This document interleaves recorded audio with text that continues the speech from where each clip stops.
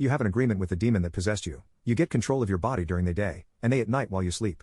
One morning you awaken to aggressive knocking at your door and the word sorry penned onto the back of your hand. I consider myself lucky that Anduriel was fairly agreeable for a demon that's possessing me. That I still get to be myself and have some degree of control. Our deal was simple: I stay in control in the day, and he takes over whenever I sleep. As silly as it sounds now that I look back, I got him to grind on RuneScape on my behalf. Easy to win any race to level 99 for new skill releases when I'm perpetually online. Didn't think I'd get a demon hooked on gaming, but that's what happened. Gotta admit, I love being on the leaderboards. Watching my numbers go up. In fighting games, I've done Anduriel's nightly gaming sessions gave me reflexes I never knew I had. Discovered skills he picked up while I was asleep. I didn't mind it, until one day, I woke up with a demoness in bed and a note on my bedside table. Hey, I scored. I hope you enjoy her company. Love, your demonic buddy Anduriel.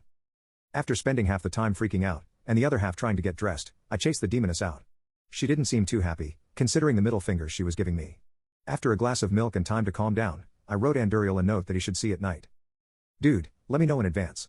I don't want surprises like that waking up. The next time I woke up, the demon left a far more detailed note. He mentioned about how many raids he joined playing WoW during my bedtime. Gave me a list of new friends he made online, half of which were not humans. In turn, it eventually occurred to me to leave notes about my crappy attempts at completing my homework. Anduriel would try to finish them to the best of his abilities, all while leaving messy notes about this as torture I shall speak to my supervisors about inflicting upon souls in hell. Our communication seemed great. I was aware of what he did, and vice versa. We could coordinate to accomplish and finish up each other's tasks. At times, it felt less like I was being possessed and more sharing my body with a roommate who kept things clean. Most of the time. You see, there was this one day I woke up to aggressive knocking at my door. And no note from Anduriel. Just a single sorry he wrote on the back of my hand with a marker. Anduriel? The human is mine, the ethereal voice of 1,000 thundered as the knocking intensified. The heavy thuds on my door hammered louder and louder. I'm not Anduriel, I shot back at whatever was at my door. The entity at my door didn't stop there. You're the human. Look, little fleshling, your demon lost a bet with me. It was either his skin or his human. I stepped towards the door with my fists clenched and shouted, I didn't agree to this.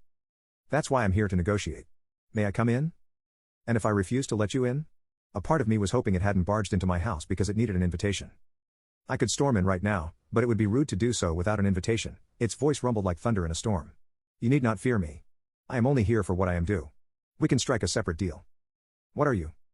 Elabrith, Lord of the Nine Moons. Another demon? I facepalmed. As if I needed another demon in my life. What, are we going to split my day by 8 hours each? I don't mind, Elabrith replied cheerily. Tell me more about your torturous schedule and miserable lack of work-life balance. I need new ideas to torment the souls in my hell zone. So, do we have an agreement? Anduriel, we need to talk. No. I'm only supposed to be out during the night, he murmured at the back of my mind. I already wrote I'm sorry. Is Anduriel being a sad little shit too cowardly to come out and talk? Elabrith asked. We demons are all about honoring deals and bets when we make them. An idea struck my mind. Elabrith, can I make a bet with you? I will hear you out.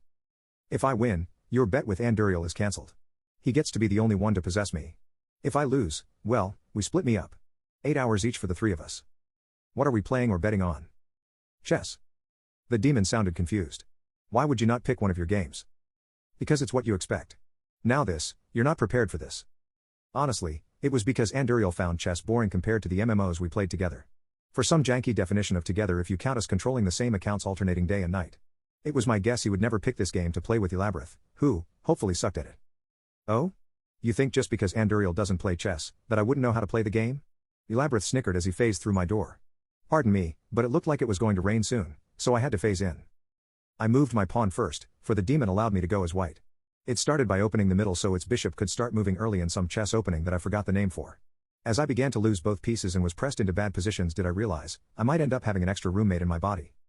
Hey, I've played chess with death for every human who dies a little too early, Elabrith laughed. I'll have you know my ELO rating, it's... I don't want to know, I sighed, emptying my mind and surrendering myself. Shut up and get in if you want to. This should be fun, the new demon whispered from within. Anduriel was screeching, no, no, no. Next thing I know, I woke up naked in some dark alleyway, surrounded by bottles of beer. On the back of each hand, sorry is penned in blood that I don't know who it belongs to, each written in a different handwriting. Will one of you, or both of you going to explain what the hell you did last night? Elabrith here. I can explain. It all started with a drunken frat party with a bunch of hot chicks. Anduriel here. Also, we need to make you poop out the house keys we swallowed so we can all get back home.